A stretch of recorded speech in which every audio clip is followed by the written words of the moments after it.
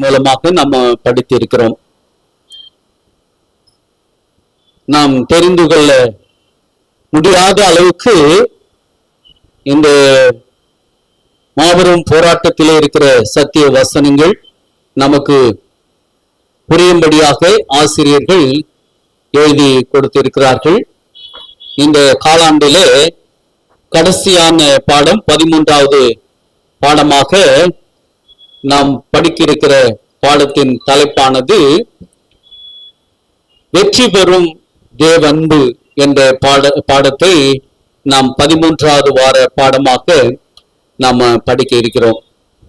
இந்த திருச்சபையின் மூலமாக நமக்கு கொடுக்கப்பட்டிருக்கிற பாடங்களுக்காக நாம் தேவனை ஸ்தோத்திரிப்போம்.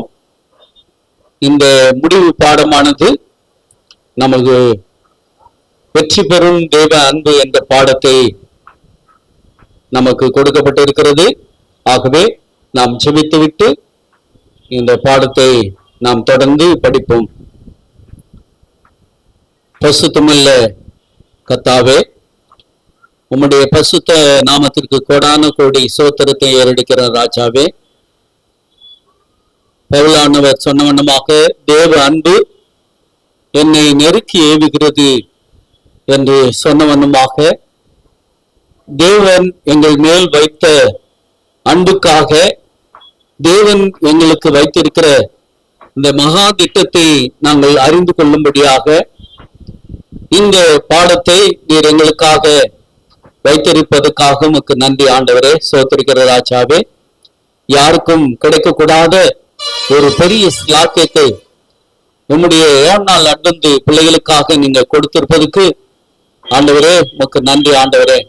இந்த பாடங்களை நாங்கள் படிக்கவும் பரிசுத்த ஆவியானவர் எங்களுக்கு அநேக காரியங்களை ஆண்டவரை உணர்த்தி தெரியாத அநேக காரியங்களை ஒரு பரிசுத்த ஆவியானவர் எங்களுக்கு வெளிப்படுத்தி காட்ட முடியாது ஜெபிக்கிறோம். தொடர்ந்து இந்த கூடாரத்திலே ஒரு பரிசுத்த நாமம் மாத்திரமே மகிமைப்பட்டு ஆசீர்வதிக்க வேண்டும் என்று இயேசுவின் நாமத்தில் ஜெபிக்கிறேன் பிதாவே, ஆமென்.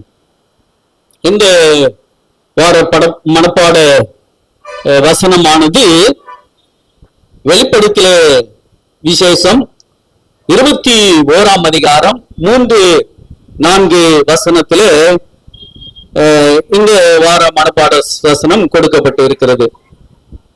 பரலோகத்திலிருந்து உண்டான ஒரு பெரும் சத்தத்தை கேட்டேன். அது இதோ மனுஷனிடத்திலே தேவனுடைய வாசஸ்தலம் இருக்கிறது, அவர்களிடத்திலே அவர் வாசமாயிருப்பார், அவர்களும் அவருடைய ஜனங்களாய் இருப்பார்கள். தேவன் தாமே அவர்களோடு கூட இருந்து அவருடைய தேவனாயிருப்பார். அவருடைய கண்ணீர் யாவையும் தேவன் துடைப்பார். இனி மரணம் இல்லை, துக்கம் இல்லை, அழுகுதல் இல்லை, வருத்தமும் இல்லை, முந்தினவர்கள் ஒழிந்து போயின என்று விளம்பினது என்று வெளிப்படுத்தல் 21ஆம் அதிகாரம் 3-4 வசனங்களை நம்ம படித்து இருக்கிறோம். இந்த வசனங்களிலே நம்பிக்கை நமக்கு அதிகமாக காணப்படுகிறது.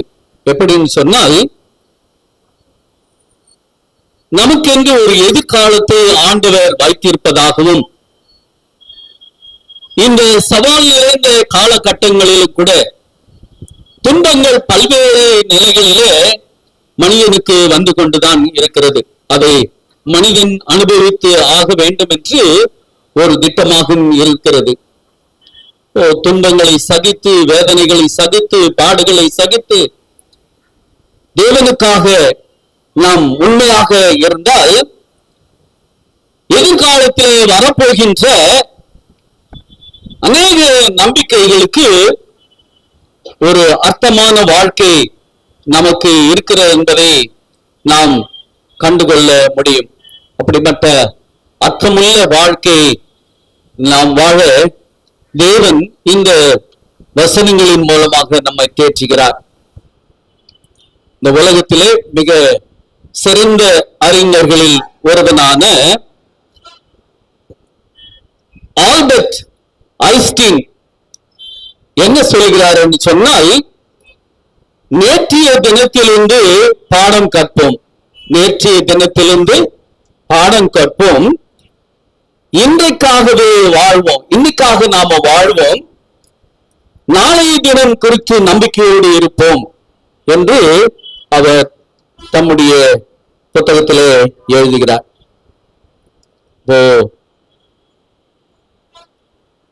நாம் நேற்று என்ன சம்பவங்கள் நமக்கு நடைபெற்றதோ அதிலிருந்து அநேக பாடங்களை நாம் கற்றுக்கொண்டு இருக்கிறோம். இன்றைக்காக நாம் வாழ வேண்டும், நாளைய தினத்துக்காக நாம் நம்பிக்கையோடு இருக்க வேண்டும் என்று அவர் சொல்கிறார். இந்த காலையிலும் கூட நன்மைக்கும் தீமைக்கும் இடையே ஏற்படுகிற போரில் முழு வெற்றியை குறித்து நாம் பார்க்க போகிறோம். வேதாகம கடைசி புத்தகமாக வெளிப்படுத்தல் விசேஷத்திலே இன்றைக்கு நம்பிக்கையோடு இந்த பாடத்தை நாம் வாசிப்போம். இந்த வெளிப்படுத்தல் விசேஷத்திலே 20ஆம் அதிகாரத்திலே 22ஆம் அதிகாரத்திலே இந்த பாடத்தை குறித்து அதிகமாக நம்பிக்கையோடு நாம வாசிக்க நாம் கடமைப்பட்டு இருக்கிறோம். சரி, என்ன நம்பிக்கை நமக்கு கொடுக்கிறது அப்படின்னு சொன்னால், ஆபத்து காலத்தில் நமக்கு நம்பிக்கை எது கொடுக்கிறது? இந்த உலகத்துக்கு ஆபத்து வரும் என்று ஆண்டவராகிய இயேசு கிறிஸ்து ஏற்கனவே சொல்லி இருக்கிறார். அப்படின்னு சொன்னால், இந்த ஆபத்து காலத்துல தம்முடைய பிள்ளைகளுக்கு ஒரு நம்பிக்கையை ஆண்டவர் கொடுத்திருக்கிறார். அது என்ன நம்பிக்கை என்று சொன்னால், எரேமியா 30ஆம் அதிகாரம் 5 7 வசனங்களை வாசித்தோம் என்று சொன்னால், யாக்கோப்பின் இக்கட்டு காலம் வரப்போகிறது. அப்படிப்பட்ட நாட்களில் தமது ஜனங்களுக்கு அதிலிருந்து ரட்சிப்பை ஆண்டவர் கொடுக்க இருக்கிறார். இந்த கடைசி காலத்திலே இக்கட்டின் காலம் அப்படின்னு சொன்னா யாக்கோப்பின் இக்கட்டின் காலம். யாக்கோப்பின் இக்கட்டின் காலம் என்று சொன்னால், தன்னுடைய சகோதரனாகிய ஏசாவை ஏமாற்றி அவனுக்கு பயந்து ஓடுகிறான். ஓடி தன்னுடைய சகோதரன் நம்மை கொண்டு விடாதபடிக்கு அவன் சென்ற இடத்திலே அவன் தேவனோடு போராடுகிறான். தேவனோடு போராடி, அது மாத்திரமல்ல, அவன் மாமன் வீட்டிலே வேலை செய்யும் போது ஏமாற்றப்படுகிறான். ஏமாற்றப்பட்டு அதிலிருந்து அவன் தன்னுடைய மனைவி பிள்ளைகளோடு மிகவும் வருத்தத்தோடு கஷ்டத்தோடு தன் சகோதரனை எதிர்கொள்ள வருகிறான். எப்படியாவது என் சகோதரன் என்னை கொண்டு விடுவான் என்று ஒரு பயத்தோடு வருகிறான். ஆண்டவர் அவனை தொடுகிறார். ஆண்டவர் இரவு முழுவதும் அவனோடு போராடுகிறார். போராடும் போது கூட அந்த யாக்கோப்பு சொன்னார், நீர் என்னை ஆசீர்வதித்தால் வழிய நான் உம்மை விட்டு போவதில்லை என்று தேவனோடு போராடினார். அப்போ அதுதான் யாக்கோப்பின் இக்கட்டு காலம். அப்படிப்பட்ட இக்கட்டு காலம் தம்முடைய பிள்ளைகளுக்கு நேரிட்டாலும் அதிலிருந்து ரட்சிப்பை கொடுக்க ஆண்டவர் சித்தமாய் இருக்கிறார். அதனால்தான் அந்த ஆபத்து காலம் வருகிற சூழ்நிலையிலும் கூட அநியாயம் செய்கிறவன் இன்னும் அநியாயம் செய்யட்டும், அசுத்தமாய் இருக்கிறவன் இன்னும் அசுத்தமாய் இருக்கட்டும், நீதி உள்ளவன் இன்னும் நீதியாய் இருக்கட்டும், பரிசுத்தம் உள்ளவன் இன்னும் பரிசுத்தமாய் இருக்கட்டும் என்று வெளிப்படுத்தல விசேஷம் 22ஆம் அதிகாரத்துல 11வது வசனத்துல அங்க சொல்லப்பட்டு இருக்கிறது. அப்போ அநியாயம் செய்கிறவன் இன்னும் அநியாயம் செய்யட்டும், அசுத்தமாய் இருக்கிறவன் இன்னும் அசுத்தமாய் இருக்கட்டும், நீதி உள்ளவன் இன்னும் நீதி உள்ளவனாக இருக்கட்டும், பரிசுத்தம் உள்ளவன் இன்னும் பரிசுத்தம் உள்ளவனாக இருக்கட்டும். இதோ சீக்கிரமாய் வருகிறேன், அவனுடைய கிரியையின்படி அவனுக்கு நான் அளிக்கும் பலன் என்னோடு கூட வருகிறது அப்படின்னு சொல்றார். அப்படின்னு சொன்னால் ஆபத்து காலத்துல எதிர்காலத்தை குறித்து நமக்கு நம்பிக்கை ஆண்டவர் இதில் வைத்திருக்கிறார். தானியேல் 12ஆம் அதிகாரம் 1-2 வசனங்களை வாசிக்கும் போது, எக்காலத்திலும் உண்டாயிராத பெரிய ஆபத்து வரும். என்ன ஆபத்து வரும் என்று சொன்னால், பூமியிலே நித்திரையை பண்ணுகிறவர்களில் அநேகரில் சிலர் ஜீவனுக்கென்றும் சிலர் நித்திய நிந்தைக்கென்றும் இகழ்ச்சிக்கென்றும் ஒப்பு கொடுக்கப்படுவார்கள் அப்படின்னு சொல்லப்பட்டு இருக்கிறது. இந்த உலகத்துல நமக்கு பெரிய ஆபத்து வரப்போகிறது. என்ன ஆபத்துன்னு சொன்னால், இந்த பூமியிலே மரித்து போனவர்கள் உயிர்த்தெழுவார்கள். உயிர்த்தெழும் காலத்திலே சில பேர் நித்திய ஜீவனுக்கும் சில பேர் நித்திய நிந்தைக்கும் நிகழ்ச்சிக்கும் ஒப்பு கொடுக்கப்படுவார்கள் என்று தானியேல் புத்தகத்திலே சொல்லப்பட்டு இருக்கிறது. ஆண்டவராகிய இயேசு கிறிஸ்து பரலோக பரிசுத்த கூடாரத்திலே பிரதான ஆசாரியராய் நமக்காக அங்கு பரிந்து பேசக்கூடிய ஊழியத்திலே செய்து கொண்டிருக்கிறார். அது மனிதனுக்கு கொடுக்கப்பட்ட தவணையின் காலம். இப்போ ஆண்டவர் நமக்கு தவணையின் காலத்தை கொடுத்து கொண்டு வருகிறார். அந்த தவணையின் காலத்துக்குள்ளாக நாம் துன்மார்க்கத்தை விட்டு நாம் பரிசுத்தவான்களாக கிறிஸ்து இயேசுவுக்கு பிரியமான பிள்ளைகளாக மாற வேண்டும். அப்படி மாறாவிட்டால் இந்த உலகத்திலே வாதைகள் ஊற்றப்படுகிற காலத்திலே துன்மார்க்கருக்கு என்ன சம்பவங்கள் நடைபெறும் என்பதை குறித்து வெளிப்படுத்தல் விசேஷம் 16ஆம் அதிகாரத்திலே கொடுக்கப்பட்டு இருக்கிறது. அப்போ துன்மார்க்கர் மேல அந்த வாதைகள் ஊற்றப்படும் போது எவ்வளவு பாடுகள், எவ்வளவு நிந்தைகள் அவர்களுக்கு ஏற்படும் என்பதை குறித்து வேதத்திலே சொல்லப்பட்டு இருக்கிறது. அப்படிப்பட்ட வாதை வருகிற சூழ்நிலையிலும் கூட தேவனுடைய மக்கள் அதிலிருந்து காக்கப்படுவார்கள் என்பதுதான் வேதம் நமக்கு கொடுக்கிற ஒரு நம்பிக்கை. வாதைகள் ஊற்றப்படுகிற சமயத்திலும் கூட யாருக்கெல்லாம் அந்த வாதையில பாதிப்பு வரும், யாருக்கெல்லாம் அந்த வாதையில பாதிப்பு வராது என்று வேதம் தெளிவாக சொல்லி இருக்கிறது. இப்போ துன்மார்களுக்கு அந்த வாதையிலிருந்து வேதனைகளும், தேவனுடைய பிள்ளைகளுக்கு அதிலிருந்து பாதுகாப்பும் கிடைக்கிறதாக இங்கே வேதத்திலே பார்க்கிறோம். வேதத்திலே நாம பார்க்கிறோம், அக்காலத்திலே புஸ்தகத்தில் எழுதியிருக்கிறவர்களாக காணப்படுகிற உன் ஜனங்கள் அனைவரும் விடுவிக்கப்படுவார்கள் என்று தானியேல் 12:1 சொல்லப்பட்டு இருக்கிறது. இப்போ யாரெல்லாம் விடுவிக்கப்படுவார்கள்? இந்த வாதை ஊற்றப்படும் போது கூட யாருக்கெல்லாம் விடுதலை உண்டு என்று சொன்னால், புத்தகத்திலே பேர் எழுதப்பட்டவர்கள் மாத்திரம்தான் விடுதலை அடைவார்கள் என்று சொல்லப்பட்டு இருக்கிறது. அப்படின்னு சொன்னால் அது என்ன புஸ்தகம் அப்படின்னு நாம் வாசிக்கும் போது பிலிப்பியர் 4:3, வெளிப்படுத்தல் 13:8, வெளிப்படுத்தல் 20 மற்றும் 15 வசனங்கள் என்ன சொல்கிறோம் சொன்னால், அது ஜீவ புஸ்தகம் என்று ஒரு புஸ்தகம். அதுல தேவனுடைய பிள்ளைகள் நாமங்கள் எல்லாம் அதில் எழுதப்பட்டிருக்கும். அந்த ஜீவ புஸ்தகத்தில் பேர் எழுதப்படாதவர்கள் தேவனுடைய ராஜ்யத்துக்கு பங்கு இல்லை என்று சொல்லப்பட்டு இருக்கிறது. அப்போ நம்முடைய பெயரெல்லாம் எங்க எழுதப்படணும்? நம்முடைய பெயரெல்லாம் ஜீவ புஸ்தகத்துல பெயர் எழுதப்படணும். அப்போ ஜீவ புஸ்தகத்துல பெயர் எழுதல அப்படின்னு சொன்னா, அப்போ ஆண்டவராகிய இயேசு கிறிஸ்து பேதுரு காலை போய் கழுவ போறாரு.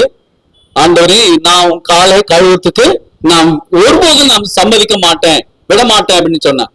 அப்படி இல்லைன்னு சொன்னால் என்னில் உனக்கு பங்கு இல்லை அப்படின்னு ஆண்டவராகிய இயேசு கிறிஸ்து அந்த பேதுருவை பார்த்து சொல்வார். அப்போ இதே பங்குதான் எங்கே இல்லைன்னு சொன்னா, ஜீவ புஸ்தகத்துல யார் யார் பேர் இல்லையோ அவங்க எல்லாம் அந்த 2வது வருகையில அவர்களுக்கு பங்கு இல்லை, தேவனோடு கூட பங்கு இல்லை அப்படின்னு அர்த்தம். இந்த வரப்போகிற ஆபத்து காலத்துக்காக ஆயத்தப்படும் போகிற போதுமான ஒரே விஷயம் என்ன என்று சொன்னால், 1 யோவான் 3ஆம் அதிகாரத்துல நாம் வாசிக்கிறோம். 1 யோவான் 3ஆம் அதிகாரத்துல 1-3 வசனங்களை வாசிக்கும் போது, நாம் தேவனுடைய பிள்ளைகள் என்று அழைக்கப்படுகிறதுனாலே பிதாவானவர் நமக்கு பாராட்டின அன்பு எவ்வளவு பெரியதென்று பாருங்கள். உலகம் அவரை அறியாதபடியினாலே நம்மையும் அறிவில்லை.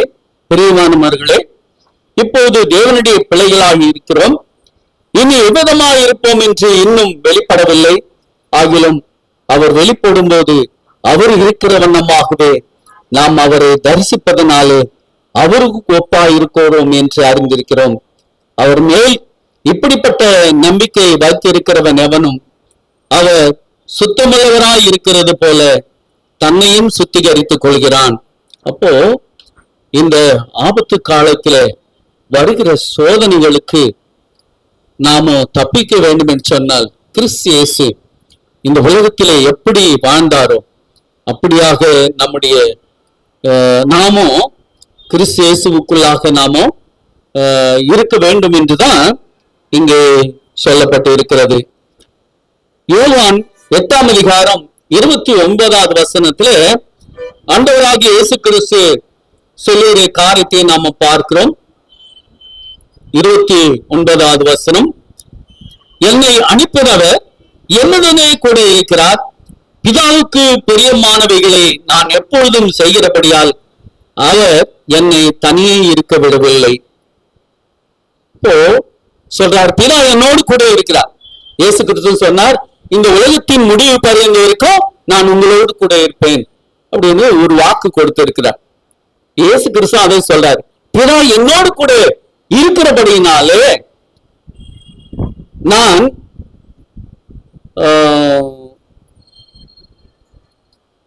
பிதாவுக்கு பிரியமானவைகளை நான் எப்பொழுதும் செய்கிறேன். இப்போ பிதா அவர் என்னோடு கூட இருக்கிறார், அவருக்கு பிரியமானதை நான் செய்கிறேன். குமாரனாகிய இயேசு கிறிஸ்து என்னோடு கூட இருக்கிறார், பிரியமானதை நான் செய்ய முற்பட வேண்டும். பிதா எனக்கு போதித்தவைகளையே நான் சொன்னேன் என்று அறியுங்கள். அப்போ கிறிஸ்து இயேசு நமக்கு என்ன போதிக்கிறாரோ அதன்படி நாம வாழ வேண்டும். 14 அது யோவான் 14:30 வாசிக்கும் போது, இந்த உலகத்தின் அதிபதியாக பிசாசு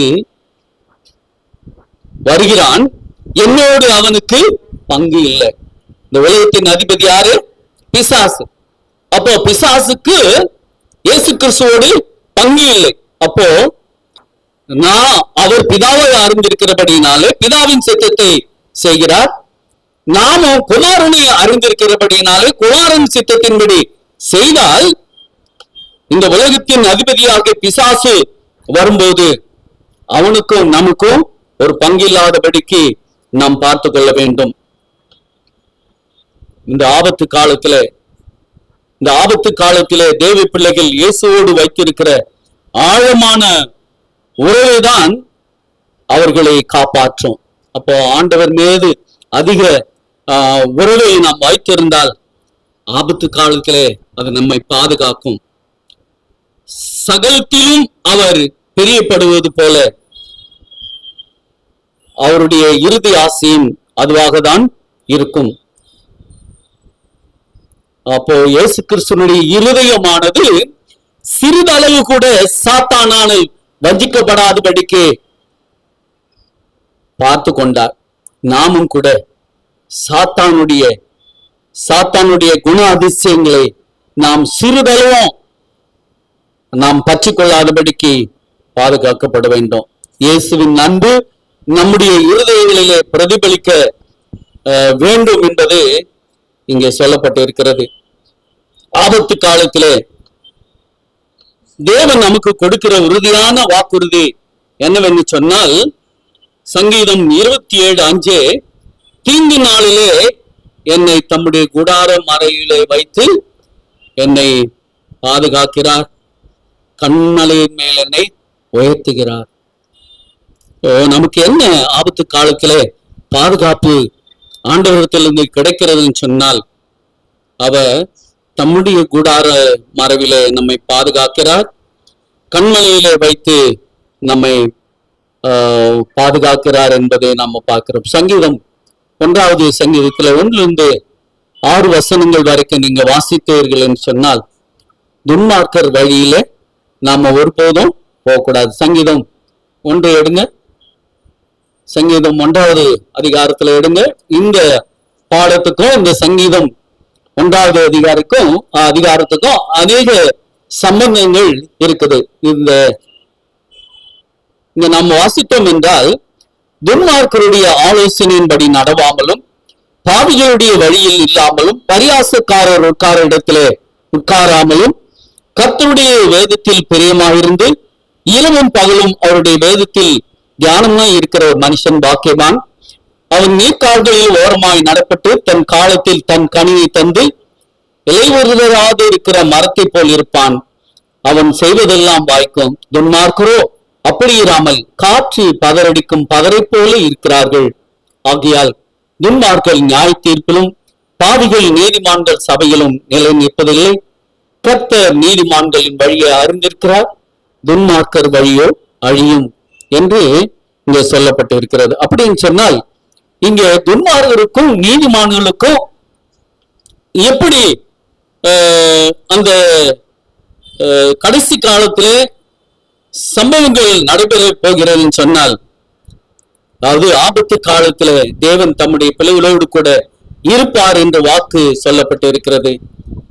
அதே போல சங்கீதம் புத்தகத்துல வாசித்தோம் என்று சொன்னால், 91வது சங்கீதத்துல 1-11 வசனங்களை நீங்க வாசித்தோம் சொன்னால், உன்னதமானவர் மறைவில் இருக்கிறவன் சர்வ வல்லவருடைய நிழலில் தங்குவான் என்று சொல்லப்பட்டு இருக்கிறது. அப்போ ஆண்டவராகிய இயேசு கிறிஸ்துவினுடைய மறைவிலே இருந்தால் நிச்சயமாகவே எந்தவித ஆபத்தும் பொல்லாப்பும் நம்மை அணுகாதபடிக்கு அவர் நம்மை பாதுகாக்கிறார் என்று நம்ம பார்க்கிறோம். வெளிப்படுத்தல 3ஆம் அதிகாரத்திலே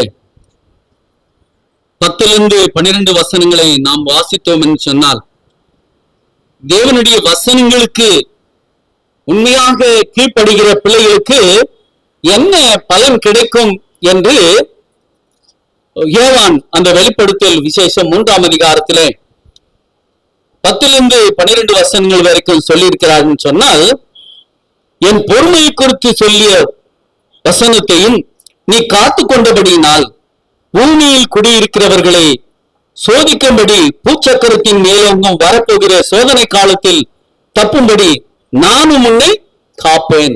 அப்போ இந்த பூமியில வர இருக்கிற ஆபத்துக்களுக்கு என் வசனங்களுக்கு நீங்க உண்மையா இருந்தீர்கள் என்று சொன்னால், இந்த பூமியிலே வருகிற சோதனைகளுக்கு தப்பும்படிக்கு நான் உன்னை காப்பேன். இதோ சீக்கிரமாக வருகிறேன். ஒருவனும் உன் கிரீடத்தை எடுத்துக் கொள்ளாதபடிக்கு உனக்குள்ளதை பற்றிக்கொள். உனக்கு ஆண்டவர் ஒரு கிரீடத்தை வைத்திருக்கிறார். அந்த கிரீடத்தை யாரும் எடுக்காதபடிக்கு, யாருன்னு சொன்னா பிசாசு, உனக்குள்ள ஒரு கிரீடத்தை எடுத்து கொள்ளாதபடிக்கு நீ ஜாக்கிரதையாய் காத்துக்கொள். ஜெயம் கொள்கிறவனேவனோ அவன் தேவனுடைய ஆலயத்திலே தூணாக்குவேன், அது நின்று அவன் ஒரு காலம் நீங்குவதில்லை. என் தேவனுடைய நாமத்தையும் என் தேவனால் பரலோகத்திலிருந்து வருகிற புது எருசலேமாகிய தேவனுடைய நகரத்தையும் நாமத்தையும் என் புதிய நாமத்தையும் அவன் மேல் வைப்பேன் என்று இங்க வாக்கு கொடுத்திருக்கிறார். இப்போ தேவனுக்கு உண்மையாக இருக்கிற பிள்ளைகளுக்கு நிச்சயமாகவே பாதுகாப்பு உறுதியாக இருக்கிறது என்பதையும் நம்ம நம்பலாம். இயேசு கிறிஸ்துவானவர் நமக்காக பரலோகத்திலே அவர் பரிந்து பேசிக் கொண்டிருக்கிறார்.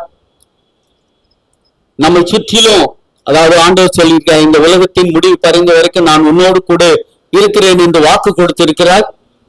அப்படின்னு சொன்னால் ஆண்டவர் இந்த உலகம் முடிவு வரைக்கும் நம்மோடு கூட இருக்கிறார். ஆனால் இந்த உலகத்துல வருகிற ஆபத்துக்கள் எங்கு பார்த்தாலும் பூகம்பங்கள், சில தீயினால வருகிற நாச மோசங்கள் மற்றும் இந்த நம்ம பார்த்தோம் கொஞ்ச நாளைக்கு முன்னாடி கூட அந்த சாராயத்தினால வந்த மரணங்கள் மற்றும் மழையினாலே வருகிற பேரு அழிவுகள், இதெல்லாம் நம்ம தொடர்ந்து கேட்டுக்கொண்டு இருக்கிறோம். அதிலிருந்து அனுபவம் நமக்கு கொஞ்சம் கொஞ்சம் இருக்கிறது. அப்படின்னு சொன்னால் இந்த உலகத்தை சுற்றி பேர் அழிவுகள் காத்து கொண்டிருக்கிறது.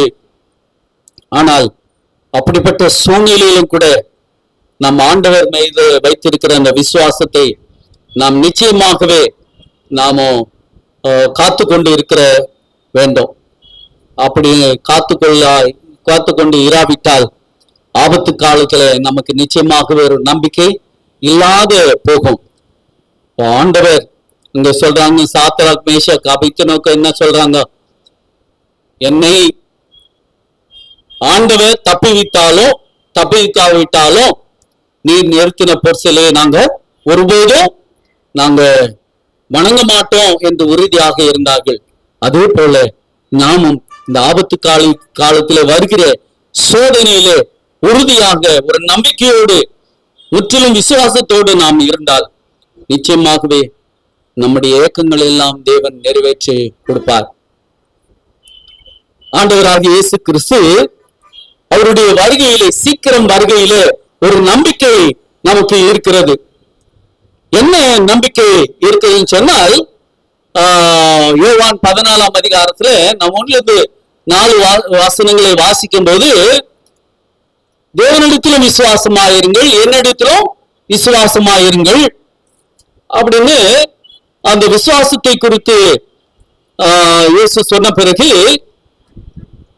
அதன் பிறகு என்ன சொல்றான்னு சொன்னா, நான் உங்களுக்காக ஒரு ஸ்தலத்தை ஆயத்தம் பண்ண போகிறேன் என்று அவர் சொல்லி இருக்கிறார்.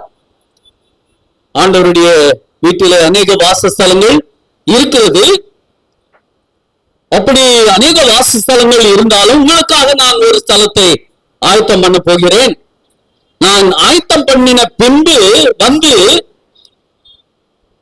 நீங்கள், அதாவது நான் இருக்கிற இடத்துல மறுபடியும் வந்து உங்களை நான் கூட்டிக் கொள்ள போகிறேன் என்று சொல்றார். அப்போ அவருடைய வருகையிலே ஒரு நம்பிக்கைன்னு சொன்னால், ஆண்டவராகிய இயேசு கிறிஸ்து மீண்டும் வரப்போகிறார்.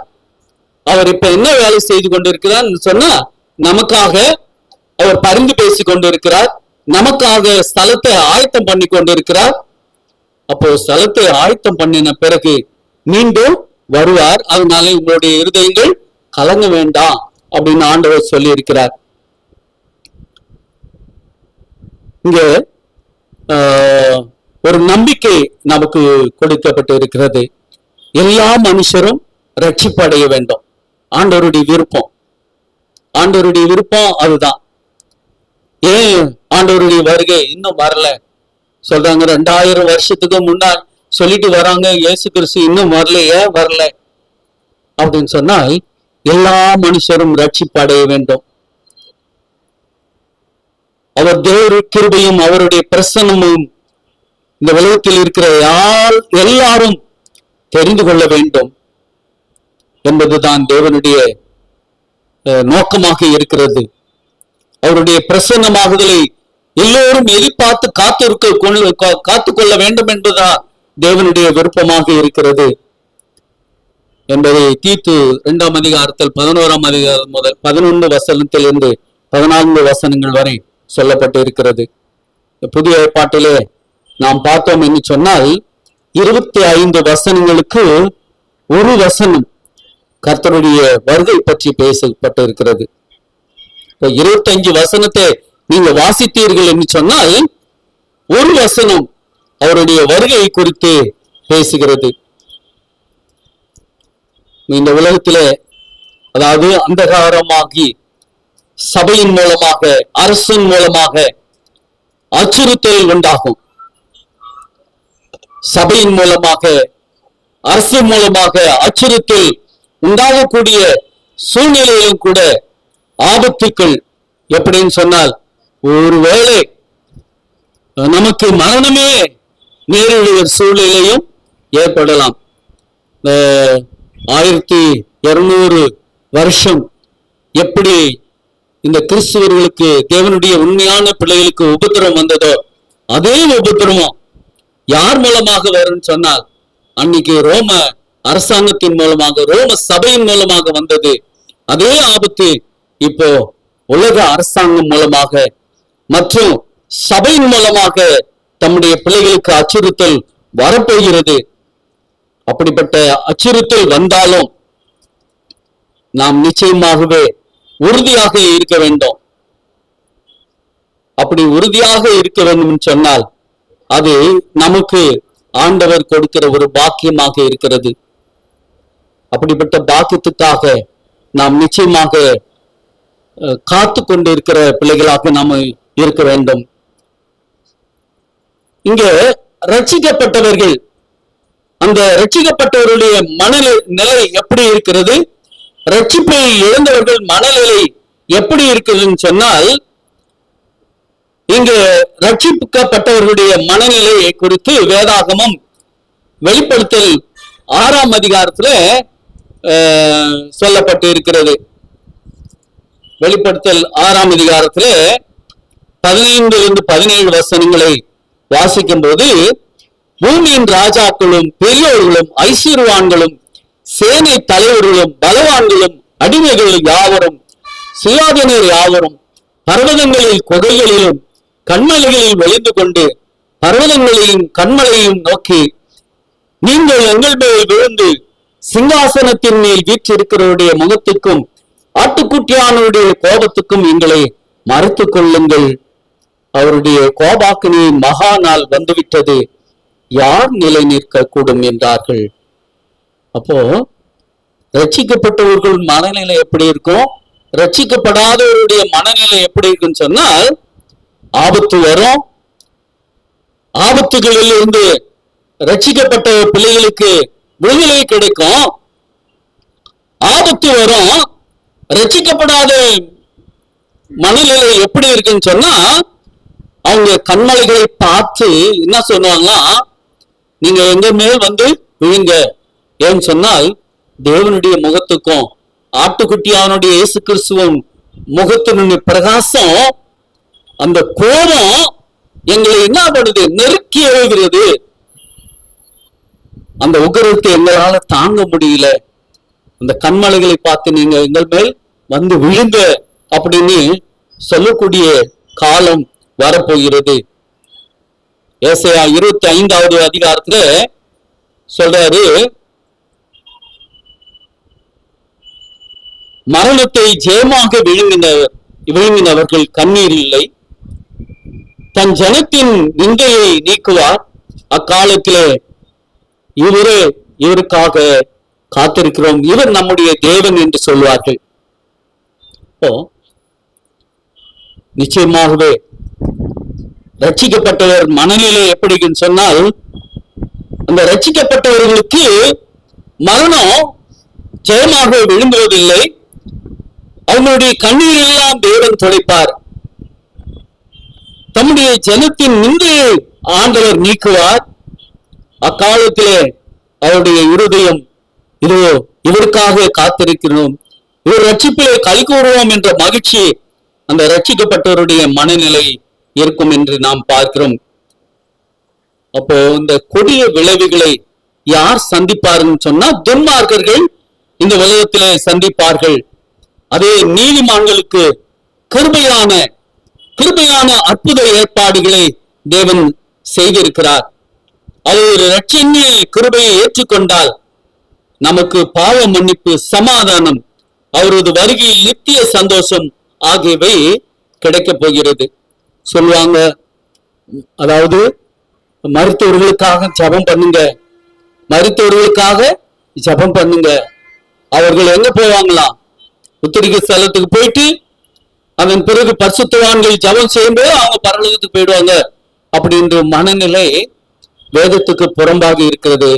ஆனால் இந்த ரட்சிக்கப்படாதவர்களுடைய மனநிலை எப்படி இருக்குதுன்னு சொன்னால், அவர்களுக்கு இந்த ரட்சிப்பை எழுந்து போனால் அவளுக்காக மீண்டும் ஒரு வேண்டுதலோ விண்ணப்பமோ செய்ய முடியாது. அவங்க மரணத்திற்கு உள்ளாக அவங்க மனம் திரும்ப வேண்டும். அவங்க மறிச்சிட்டாங்கன்னா அவங்களுக்காக வேண்டுதல் எதுவும் தேவன் கேட்க மாட்டார். அதனால்தான் இப்போ உயிரோடு இருக்கிறவர்களுக்காக பிதாவினிடத்துல பரிந்து பேசக்கூடிய தேவனாக இருக்கிறார். அவர் மரணத்தை நித்திரையாக இருக்கிறவர்களுக்கு ஒருபோதும் ஆண்டவராகிய இயேசு கிறிஸ்து அந்த பரலோகத்தில பிதாவினுடைய சமூகத்தில இருந்து ஒருபோதும் பரிந்து பேசுவதில்லை என்பதை நாம் அறிந்து கொள்ள முடியும். ஆகவே இங்கே அவருடைய ரட்சிப்பின் திட்டத்தை நாம நிச்சயமாக நம்பி ஆண்டவராகிய இயேசு கிறிஸ்துவனுடைய வருகையில் ஒரு நம்பிக்கை நமக்கு கொடுக்கப்பட்டிருக்கிறது. கிறிஸ்துவின் மூலமாக அருளப்பட்ட மகிமையான ரட்சிப்பை மீட்கப்பட்டவர்கள் எவ்வாறு அணுகுகிறார்கள் என்று சொன்னால், இந்த வெளிப்படுத்தல் 15ஆம் அதிகாரம் 3-4 வசனத்துல, யார் கர்த்தருக்கு பயப்படாமல் இருப்பார்? யார் அவர் நாமத்தை மகிமைப்படுத்தாமல் இருக்கலாம்? தேவன் ஒருவரே பரிசுத்தர், எல்லா ஜாதிகளும் உம்மை தொழுது கொள்வார்கள், நம்முடைய நீதியின் செயல்கள் தக்கதாக வெளியரங்கமாகிறது அப்படின்னு சொல்லப்பட்டு இருக்கிறது. இப்போ அதே 19:7 நாம் சந்தோஷப்பட்டு களி கூறுவோம், ஆட்டுக்குட்டியானவருடைய கல்யாணம் வந்தது, அவருடைய மனைவியாக தன்னை ஆயத்தப்படுத்தினாள். இப்போ இயேசு கிறிஸ்துவின் நமக்கு ஒரு மகிமையான ரட்சிப்பை கொடுக்க போகிறார். அது என்ன மகிமையான ரட்சிப்புன்னு சொன்னால், அவர் மணவாளன். யாரு? இயேசு கிறிஸ்துவானவர் மணவாளன். யார மணக்க போகிறார்? யார் திருமணம் செய்ய போகிறாரு? சபையில் இருக்கிற நம் ஒவ்வொருவரையும் என்ன பண்ண போகிறாரு? மணவாட்சியா ஏற்றுக்கொள்ள போகிறார். அப்போ ஒரு மணவாளனுக்கு ஒரு மணவாட்டியை திருமணம் செய்ய வேண்டும் என்று சொன்னால் எவ்வளவு ஆயத்தம். இப்பெல்லாம் 3 நாள் 7 நாள் நலங்கு வைக்கிறாங்க. அவங்களுக்கு என்னென்ன முகத்துல பூச வேண்டுமோ அதெல்லாம் பூசுறாங்க. அவங்களுக்கு என்னென்ன ட்ரெஸ் பிடிக்குமோ அதெல்லாம் எடுத்து கொடுக்குறாங்க. ஏன்னு சொன்னால் அவங்களுக்கு திருமணம் ஆக போகுது. அதற்காக எல்லா ஆயத்தத்தையும் பண்ணுவாங்க. அந்த திருமணத்துக்கு முன்பாக அவங்க முகம்லாம் நல்ல புஷ்டியா இருக்கிறதுக்காக என்னென்னவோ செய்வாங்க.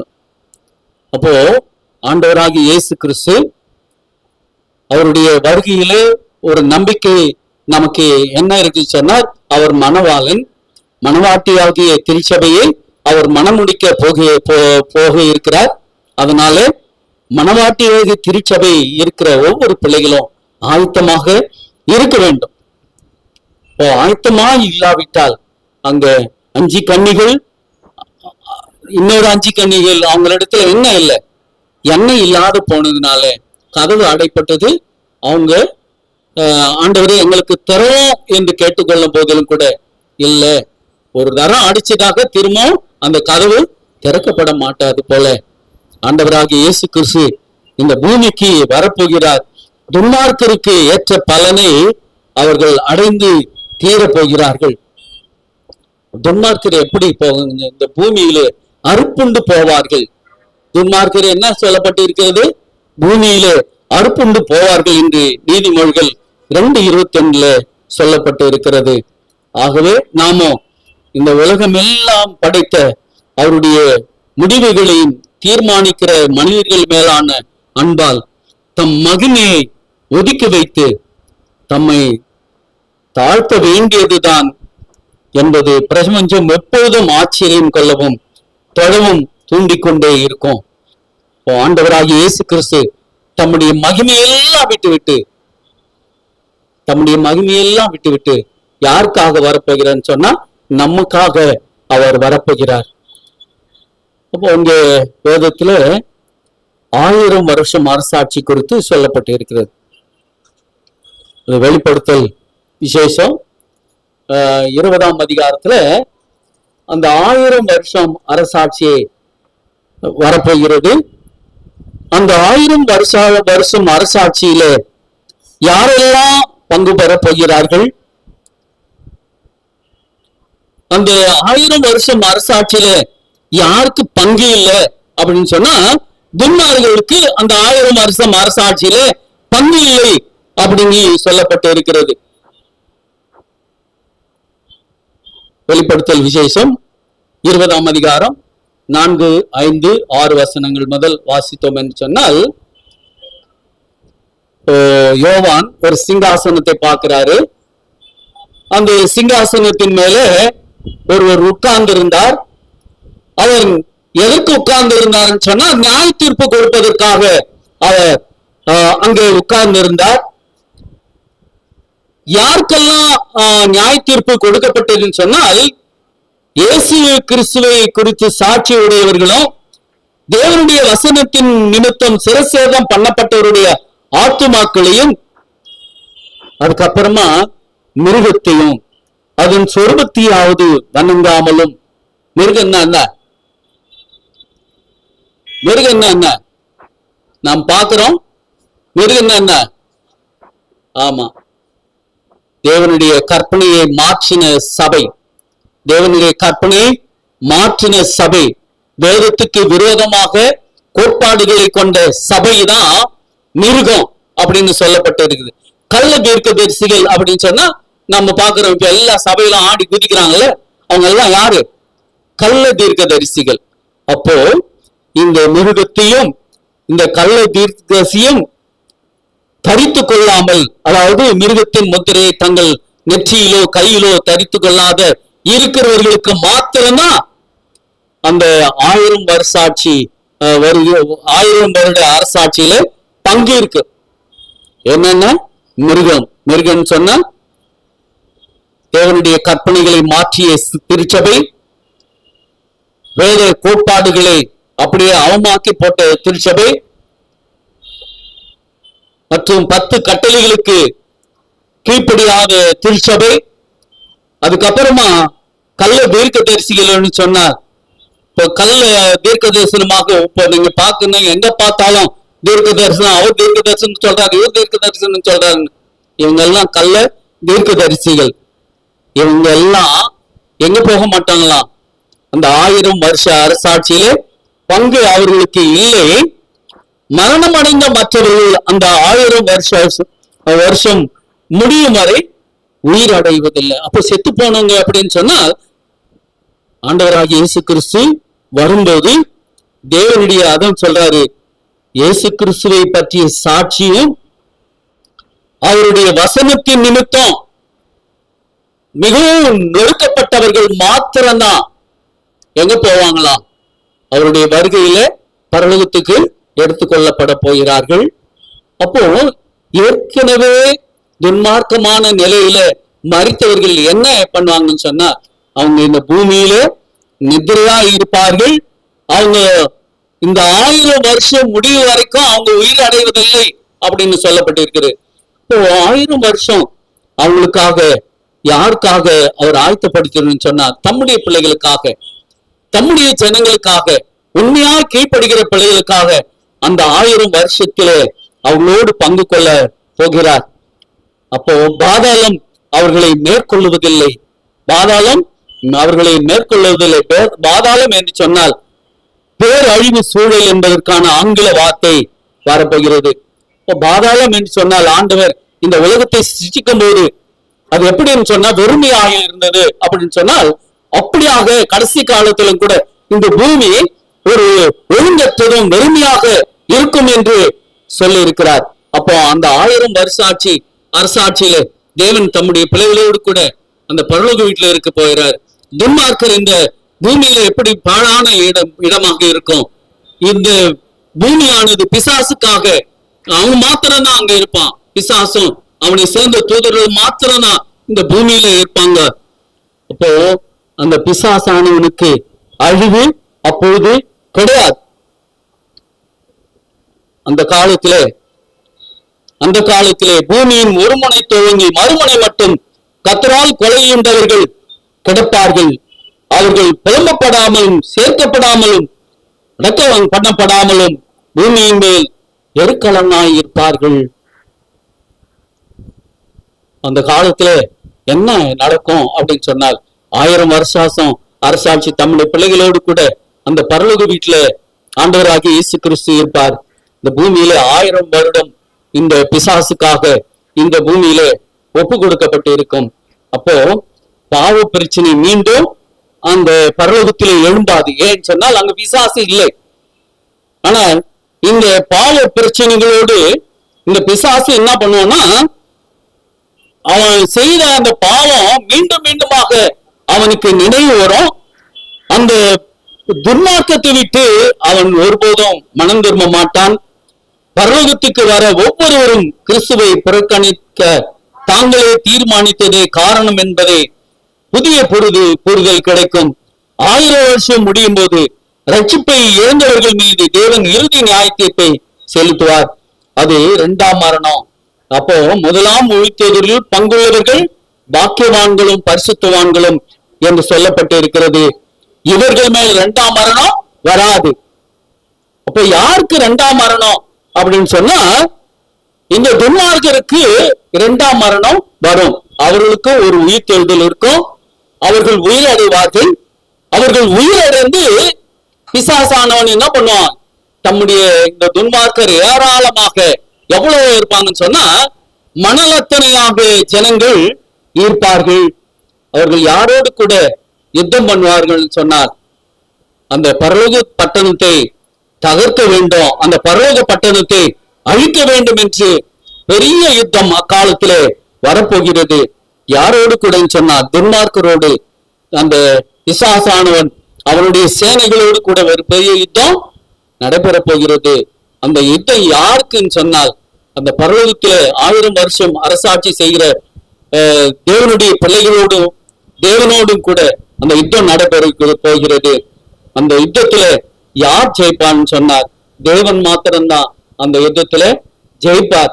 ஏன்னு சொன்னார், அந்த பெரிய அக்கினி வந்து அவர்களை பட்சித்து போடும். இப்ப சொல்லுவாங்கல்ல, அவியாத அக்கினியில போடப்படுவாங்க அப்படின்னு சொல்லுவாங்க. அப்படி எதுவும் இல்லை, அப்படி எதுவும் நடைபெறாது.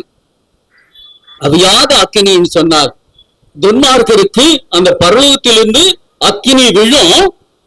அக்கினி விழுந்து நீங்க சுடுகாட்டுல போனீங்கன்னா அந்த எரிச்சி சாம்பல் ஆகிற வரைக்கும், அது எவ்வளவு நேரம் எரிக்கிறதா இருந்தாலும் அது எரிஞ்சு சாம்பல் ஆகிற வரைக்கும் அதை விட மாட்டாங்க. இப்பெல்லாம் கரண்ட்ல வந்துச்சு, அது எரிஞ்சு சாம்பல் ஆகுது. அந்த நேரத்தை தான் இங்க சொல்லப்பட்டு இருக்கிறது அவியாத அக்கினி. அவியாத அக்கினின்னு சொன்னா எல்லா துன்மார்க்கரும் இந்த பூமியில அழிந்து சாம்பலாக மறைக்கும். அப்படிதான் அவியாத அக்கினி. சில பேர் சொல்லுவாங்க, சினிமாலெல்லாம் காமிப்பாங்க, பெரிய அக்கினி கடலில தள்ளுவாங்க, அவங்க சதா காலமும் பாதிக்கப்படுவார்கள். அதெல்லாம் கிடையாது. எங்க பாதிக்கப்படுவார்கள் சொன்னா, இந்த பூமியிலே பாதிக்கப்படுவார்கள். அந்த பரலோகத்திலிருந்து அக்கினி விழுந்த சமயத்துல அப்போ துன்மார்க்கர்கள் சாம்பலாய் இருப்பார்கள் என்று சொல்லப்பட்டு இருக்கிறது. ஆகவே தேவன் இந்த நமக்கு கொடுத்திருக்கிற ஆபத்து காலத்துல நமக்கு கொடுத்திருக்கிற நம்பிக்கை, அவர் நம்பிக்கை வருகையிலே ஒரு நம்பிக்கை கொடுத்திருக்கிறார். 1000 வருஷாட்சியில 1000 வருஷாட்சி நியாய தீர்ப்பிலே கொண்டு வந்து நம்மை நிறுத்துவார். ஆகவே நாமோ அந்த 1000 வருஷ அரசாட்சியிலே நாம பங்குள்ளவர்களாக இருக்க வேண்டும். இப்போ அந்த 1000 வருஷ அரசாட்சியிலே பங்கு இல்லைன்னு சொன்னா அவ்வளவுதான். அது யாருக்கு? துன்மார்க்கர் மாத்திரம்தான் அப்படியே இருப்பாங்க. நாம அந்த 1000 வருஷம் அரசாட்சியில பங்குள்ளவர்களாக நாம இருக்க வேண்டும். அதற்கு நாம என்ன செய்ய வேண்டும் சொன்னா, வேதத்தையும் சாட்சி ஆகமத்தையும் நாம் கவனிக்க வேண்டும். அவற்றின்படி செய்யாவிட்டால், அவற்றின்படி நடக்காவிட்டால் விடியற் காலத்து வெளிச்சம் நமக்கு இல்லை அப்படின்னு வேதம் சொல்லுகிறது. எதுவாக இருந்தாலும் வேதத்துக்கு சாட்சி ஆயிருங்க, வேதத்தை படிங்க, அதில் இருக்கிற நல்ல காரியங்களை தெரிந்து கொள்ளுங்க. இந்த நாள் வரைக்கும், இந்த 13 வாரம் வரைக்கும் இந்த பாடங்களை நமக்கு நன்மையாக மிகவும் ஆச்சரியமான விதத்துல இந்த நம்முடைய திருச்சபையானது நமக்கு பாடங்களை கொடுத்திருக்கிறது. தொடர்ந்து நம்ம இந்த பாடங்களை படிப்போம். வர இருக்கிற காலாண்டில் கூட நம்ம புதிய பாடங்களை படிக்க இருக்கிறோம். தேவன் தாமே இந்த புதிய பாடங்களையும் நமக்கு ஆசீர்வாதத்தை கொடுப்பார். இந்த பாடங்களை நீங்க கவனித்து மட்டுமாக கேட்டதுக்கு தேவனுக்கு நன்றி செலுத்துகிறோம். கர்த்தர் தாமே இந்த பாடத்தை ஆசீர்வதித்து கொடுத்ததுக்காக தேவனை சோத்தரிக்கிறேன். ஆமென்.